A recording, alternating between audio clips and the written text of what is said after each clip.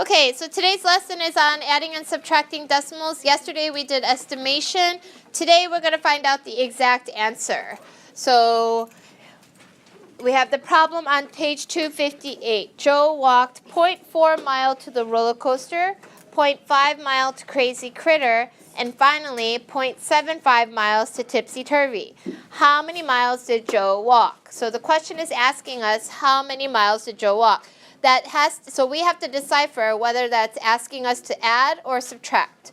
So which one of those would it be, everyone? Correct. How many miles did Joe walk? So total, we need to add the decimals. So remember, it is crucial that you align the decimal point, okay? So you're going to always line it up according to the decimals, not according to the numbers or how many place values they have, okay? So we have 0.4 first. Then we have 0.5. And then we have 0.75. Okay? And you're going to be adding all of these up together. Now, look at the 5. It's by itself in the hundreds column, right? So that I don't get confused, what could I do to help myself out?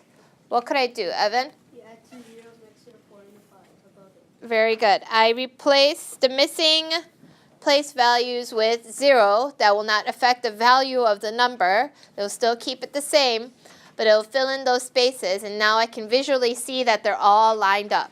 Okay? So now I can go ahead and add. So I take 0 plus 0 plus 5 is? 5. Very good. And 4 plus 5 plus 7 is? 16. Very good. Now, do I go on to my whole number, or what do I bring down first? Decimal. Always bring down that decimal first. Do not forget about it, okay? And then 1 plus all these zeros is 1. Yep. Very good. And my answer is, how much did he walk? 1.65. Awesome. Don't forget your label. Box your answer. Okay? So if I want to check and make sure that my answer is right, I could have rounded my 0.4 to what? 0, right? 0.5 would be rounded to 1, and 0.75 would be rounded to 1. And 0 plus 1 equals 2 miles. Is that close to the 1.65 miles? Yes. Yes, it is close to 1.65 miles. Okay, so I know that my answer is pretty reasonable.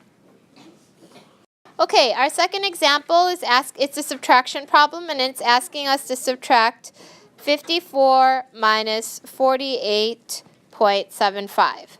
Now, 54 is a whole number, so it does not have any decimal numbers. But when I line it up and I have 54 minus 48.75, can I make 54 into a decimal? Yes, I can. 54 point what?